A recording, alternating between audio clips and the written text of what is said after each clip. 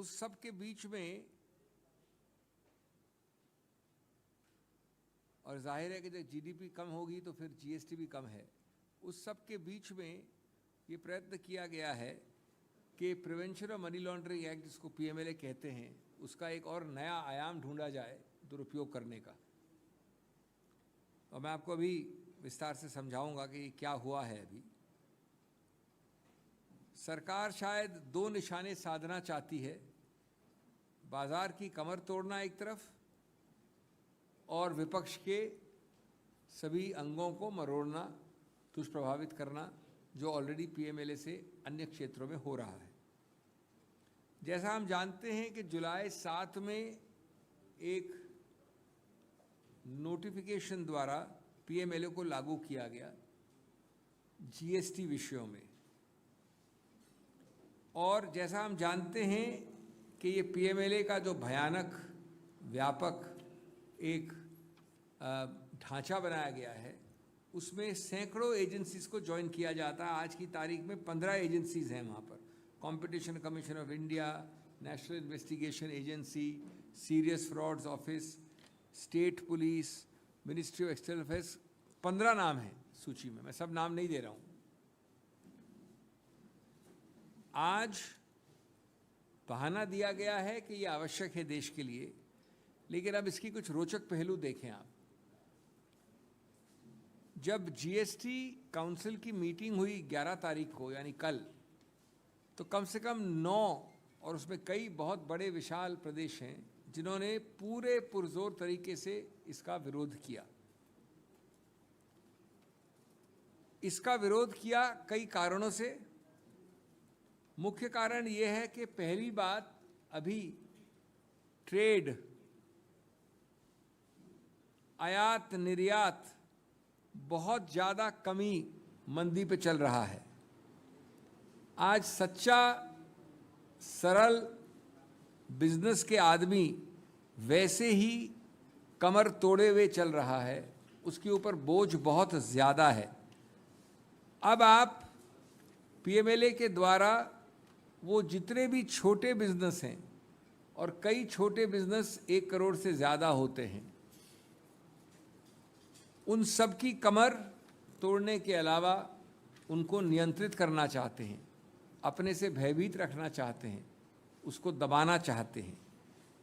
और आज आप जीएसटी के विषय में इंफॉर्मेशन शेयरिंग इस नए कानून द्वारा, नए नोटिफिकेशन द्वारा शुरू कर रहे हैं छोटे के लिए। हम जानते हैं दोस्तों कि ईडी अभी नहीं, कई सालों से किस प्रकार से अपना दुरुपयोग कर रही है अधिकार क्षेत्रों का। अब वो दुरुपयोग जीएसटी के क्षेत्र में छोटे बिजनेसेस की तरफ भी जाएगा। इसके बिना भी दिन प्रतिदिन, कोविड के पहले और कोविड के बाद, ये छोटे बिजनेसेस जिनको आप एसएमई भी कहते हैं, दिन प्रतिदिन अपनी पीड़ा व्यक्त करते थे, कंप्लेन करते थे। अब सोचिए, जब इनको थोड़ा थोड़ा रिकवरी का टाइम आया है तो एक और बोझ डाल दिया गया है, बोझ से ज़्यादा एक बहुत बड़ा भय डाल दिया गया है। ये हम समझते हैं कि टैक्स आतंकवाद के अलावा और कुछ नहीं है। टैक्स आतंकवाद, टैक्स टेररिज्म। कई लोग जीएसटी पे नहीं करते हैं, कई लोगों को जीएसटी से कोई मतलब नहीं है, जीएसटी उनके पूरे आयाम में, पूरे बिजनेस में आता नहीं है। अब आपसे ईडी बार बार ये भी प्रश्न पूछ सकती है कि आप जीएसटी अवॉइड कैसे कर रहे हैं जबकि जीएसटी लागू नहीं होता हो, और वो लाखों सैकड़ों छोटे बिजनेस जो जीएसटी से की परिधि में नहीं है, वो भी भयभीत होकर अब रहेंगे।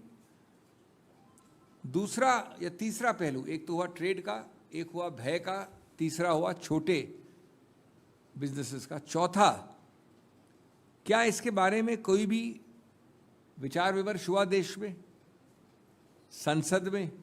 संसद का पिछला सत्र इतना पहले नहीं था, हाल में था। किसी रूप से विचार विमर्श, आदान प्रदान हुआ? अरे भाई, आदान प्रदान कहाँ होगा? जीएसटी काउंसिल में नहीं हुआ, संसद में कहाँ होगा, बाहर कहाँ होगा, सिविल सोसाइटी में कहाँ होगा? अचानक चुपचाप इसको ले आए 7 जुलाई को एक गैजेट नोटिफिकेशन द्वारा। क्यों? क्योंकि आप पूरी तरह से आश्वस्त थे माननीय सरकार कि अगर इसको हम विचार विमर्श में पब्लिक डोमेन में रखते तो काफ़ी इसमें गुस्सा आता, काफ़ी झगड़ा और विरोध होता।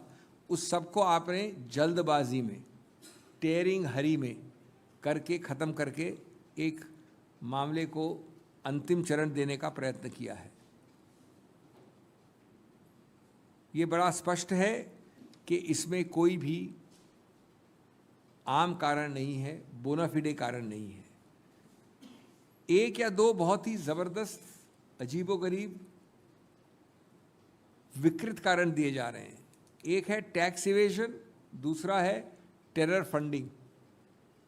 ये लगता है मुझे दोनों वाक्य इस सरकार के फेवरेट हो गए हैं। बिल्कुल हुबहू यही वाक्य आपको डीमोनेटाइजेशन के वक्त इस्तेमाल किए गए थे। माननीय प्रधानमंत्री की प्रेस कॉन्फ्रेंस में नहीं, अध्यादेश में, नोटिफिकेशन में।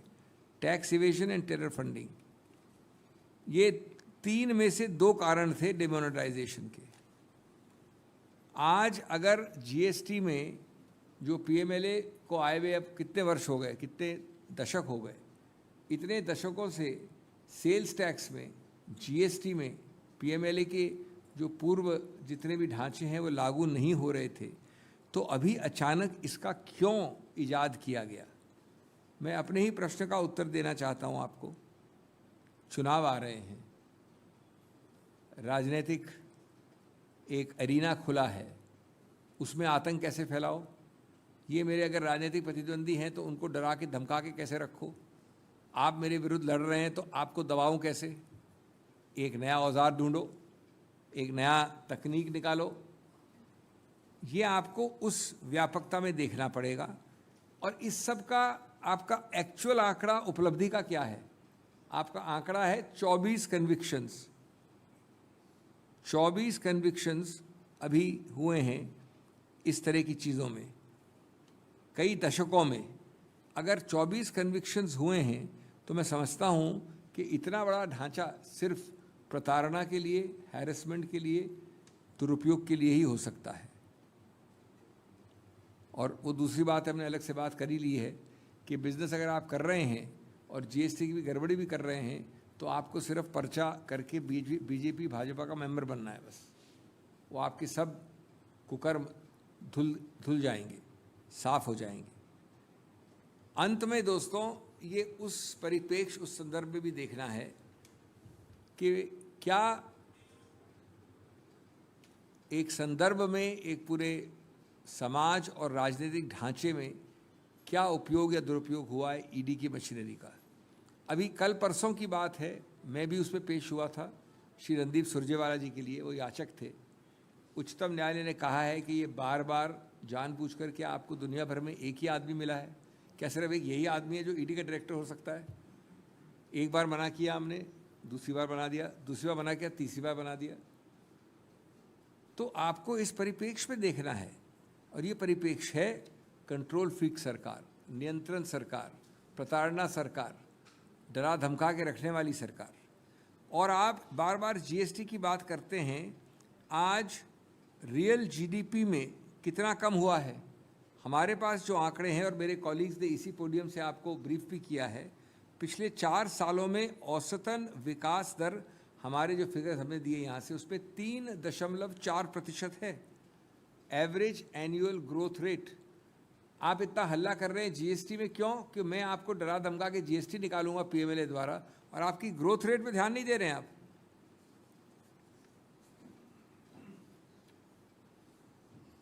इसलिए मैं अंत करूंगा अपनी बात, जो बात मैंने कही उस पर जो प्रश्न उठते हैं उनको सारांश में, संक्षेप में आपके सामने रख के। एक, ऐसा नया नोटिफिकेशन, दस्तावेज अचानक बिना विचार विमर्श के कैसे आया, क्यों आया, आपकी पीठ पीछे क्यों आया, लुका छुपी में क्यों आया? दूसरा प्रश्न, क्या इसका एक ही कारण है कि आपके डर और भय को ज़्यादा व्यापक बनाना, जो अभी से ही चल रहा है कई सालों से दुरुपयोग, उसकी व्यापकता को बढ़ाना? तीसरा, क्या इसलिए किया कि चुनाव अब निकट भविष्य में है? क्या चुनाव जिसमें कि ऐसे छोटे या मध्यम वर्ग के बिजनेस आते हैं, उनको नियंत्रण करने का ये एक नया तरीका चाहिए था? 2024 के चुनाव के पहले। नंबर 4, क्या इसका विशेष प्यार और विशेष संदेश सिर्फ विपक्ष के लिए रखा जाएगा? विशेष आंख। और इतनी जल्दबाजी की क्या ज़रूरत थी? जो इतने सालों से चल रहा था, अचानक इस महीने लाने की आवश्यकता क्या थी? इस सब का आंसर एक ही हो सकता है, tax terrorism by this government. Because friends, this is a method by the Modi government to practise, propagate and promote tax terrorism. It is a triple tactic. It's a triple tactic of constraint, compulsion and coercion by the BJP through a mere notification to create a new regime to wreak havoc on the business community, and through the business community to members whom it doesn't like, of civil society, of the opposition, of other segments, which do not or who do not toe its line. This is a clear another tactic by the BJP to intimidate, to incarcerate and impersonate.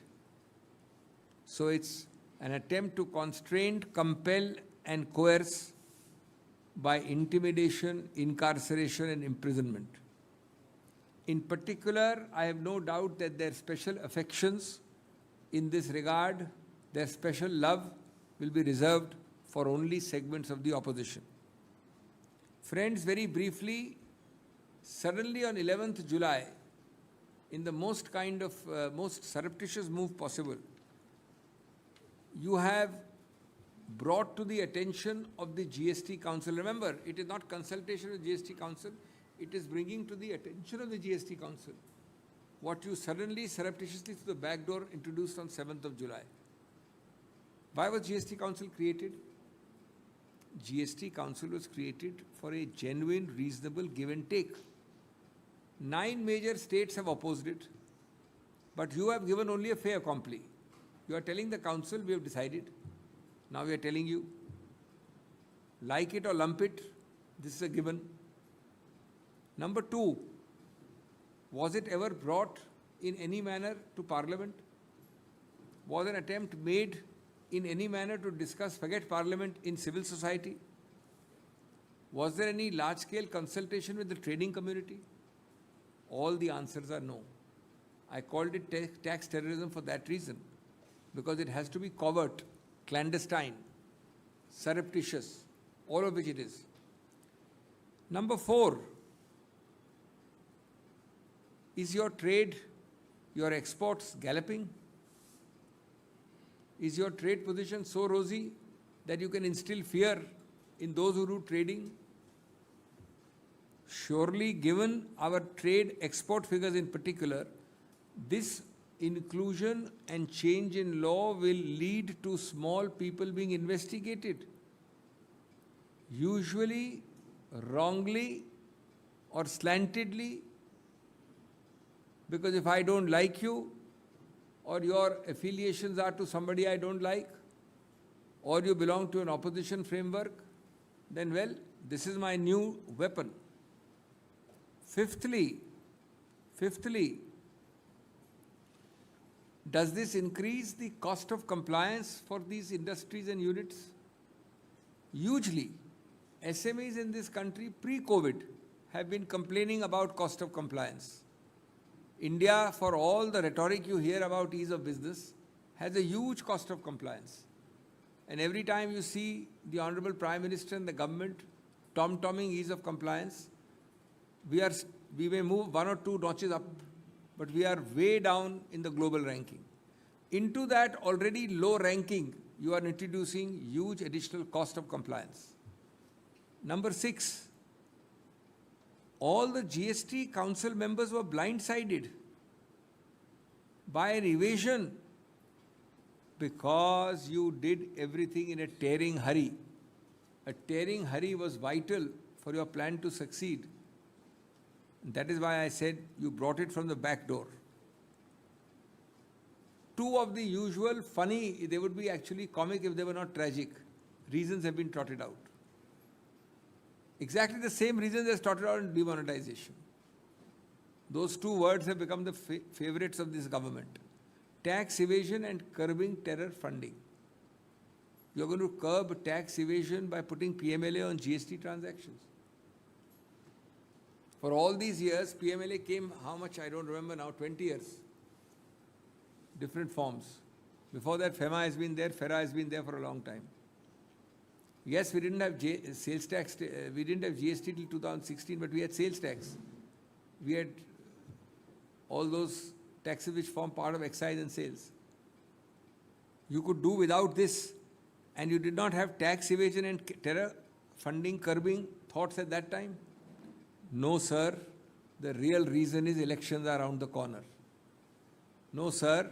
The real reason is that large segments of trade and industry who don't toe your line, or who have affiliations and connections elsewhere, or who have the ability to think and speak independently, will be able to be brought in line by these draconian measures.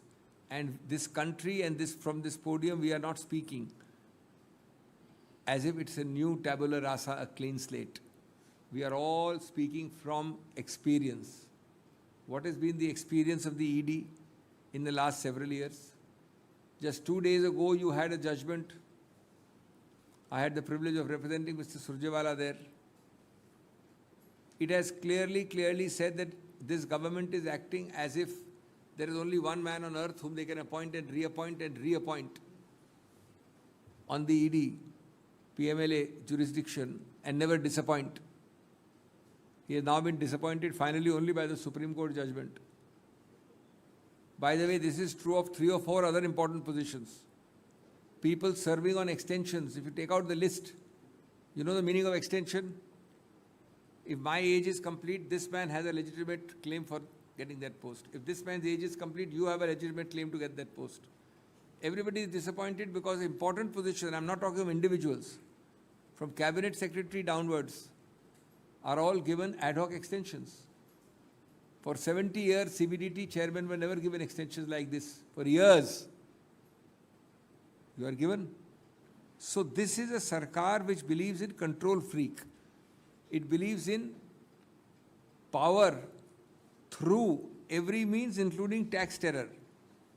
And if you could run a GST routine, if not a GST routine, which is now only about 8 years old or 7 years old, a indirect tax routine without PMLA applying, then I don't see any reason for this sudden imposition and without discussion, through the back door, clandestine and surreptitious. Lastly, friends, GST arises in the context of GDP. Your great chest thumping and self-congratulatory pats are in the context of roughly average growth rate of 3.5% in the last 4 years. Call them COVID years or non-COVID years. Roughly 3.5% average annual growth rate. What is this great boost to GST you are giving by putting PMLA, or by looking at ways of at least increasing your growth first before you talk of GST? Friends, I will end by saying that, with what I started, that this is nothing but a practice, promotion and propagation of tax terrorism. It is nothing but doing constraint, compulsion and coercion on opposition sections or disagreeing sections. It is nothing but intimidating, incarcerating and imprisoning your political and social opponents. And in that sense, it is an attempt at a naked terror tactic in the tax realm. Thank you. First on this topic.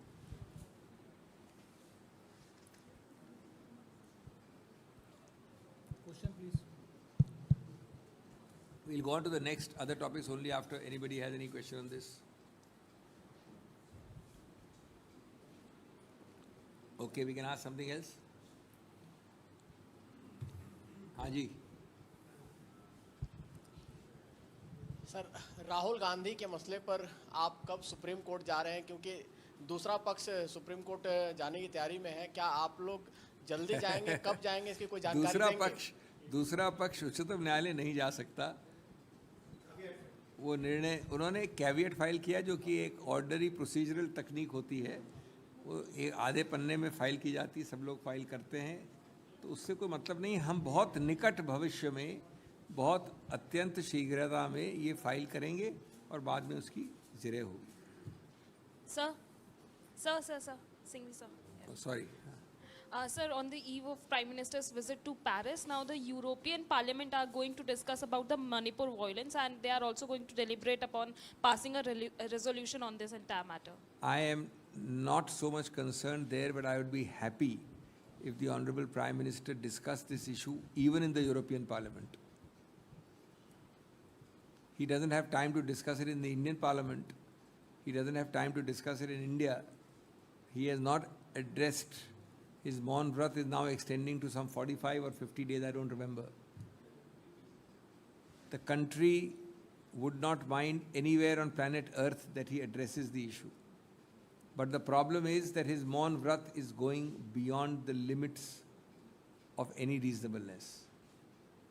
He's one of the most articulate prime ministers who is maintaining a Maun Vrat on a matter of extreme public importance, not to Manipur, not to a state, but to India as a whole.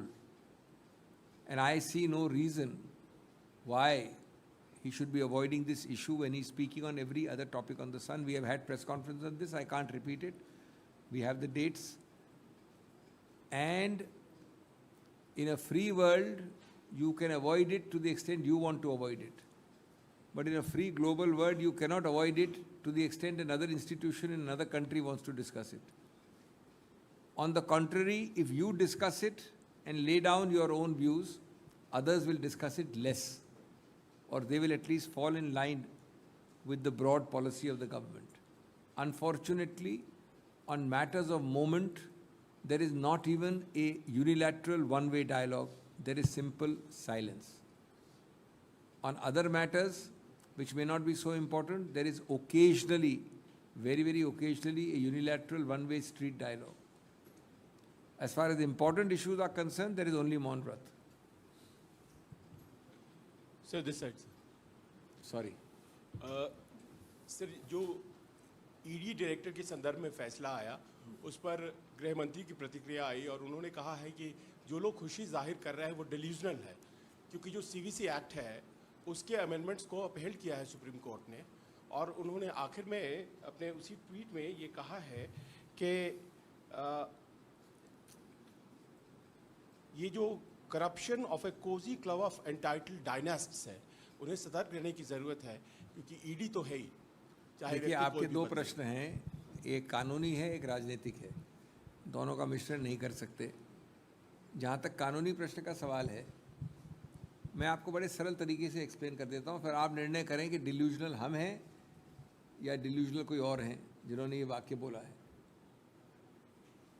क्या याचक की प्रार्थना थी, prayer थी court में?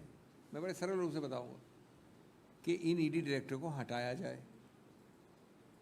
उस गोल, उस मंतव्य, उस गंतव्य, उस उद्देश्य के पहुंचने के लिए, जिसको प्रार्थना कहते हैं, प्रेयर क्लॉज कहते हैं याचिका में, कई रूट्स होते हैं, ground A B C D होती है। उनमें से एक ग्राउंड ये है कि ये जो कानून आपने पास किया है वो सही नहीं है। लेकिन कोर्ट ये आम दिन करता है कि अगर मैं इस ग्राउंड पे नहीं करूं, लेकिन मैं दूसरे ग्राउंड पे आपके हक में होल्ड करूं, तो भी मैं रिलीफ तो वही दूंगा ना। आपको अगर मैं फांसी दे के मारूं या आपको गोली से मारूं, मृत्यु तो सर्टन है। इसमें 3 दिन तक माननीय सॉलिसिटर जनरल ने बहस की कि मृत्यु नहीं होनी चाहिए, कानूनी मृत्यु नहीं होनी चाहिए। निर्णय आया कि आप कृपा करके अभी तुरंत जाइए, लेकिन तुरंत इसलिए क्योंकि जुलाई चल रहा है, तो 31 जुलाई को तुरंत मान लिया गया। तो आप निर्णय कर लें कि निर्णय तो आ गया, जिस मूल मुद्दा एक ही था। अब उस निर्णय के अलग अलग वो होते हैं तरीके, उनको आवश्यकता नहीं पड़ी कि उस ग्राउंड पे उनको हराएं, इस ग्राउंड पे हराया। नंबर 2 और अंतिम पॉइंट, वो जो ग्राउंड था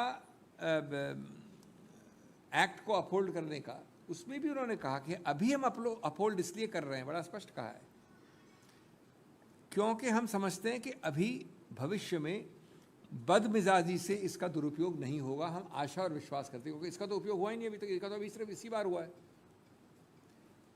लेकिन अगर भविष्य में वापस इसका बदमिजाजी यानी मैल इंटेंट से होता है दुरुपयोग, तो हम वापस इंटरफेयर करेंगे। तो आपने जो मूल प्रार्थना है वो अलाउ कर दी। जो व्यक्ति विशेष बैठा है जिसके लिए सोलिसिटर जनरल ने 3 दिन बहस की, उसको हटा दिया। और आपने ये कह दिया कि अगर इसका बोनाफिडे होगा उपयोग तो हम इसको अपहोल्ड कर रहे हैं, लेकिन अगर कोई बदमिजाजी से दुरुपयोग होता है तो हम इंटरफेयर करेंगे बाद में। और डिल्यूजनल आप हमको कह रहे हो डिल्यूजनल। डिल्यूजनल कौन है? मैं समझता नहीं, ये एलिस इन वंडरलैंड वाली भाषा है कि डिल्यूजनल मीन्स व्हाट आई से it means.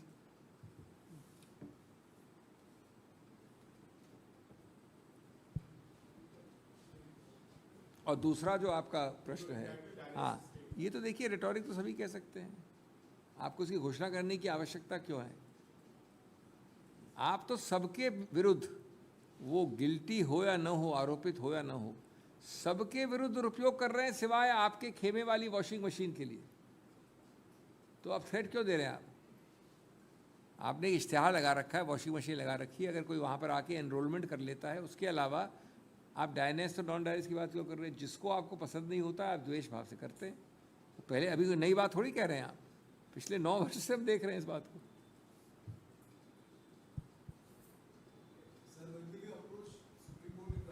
I just answered it a minute ago. Where were you? 1 second ago. Oh, I see.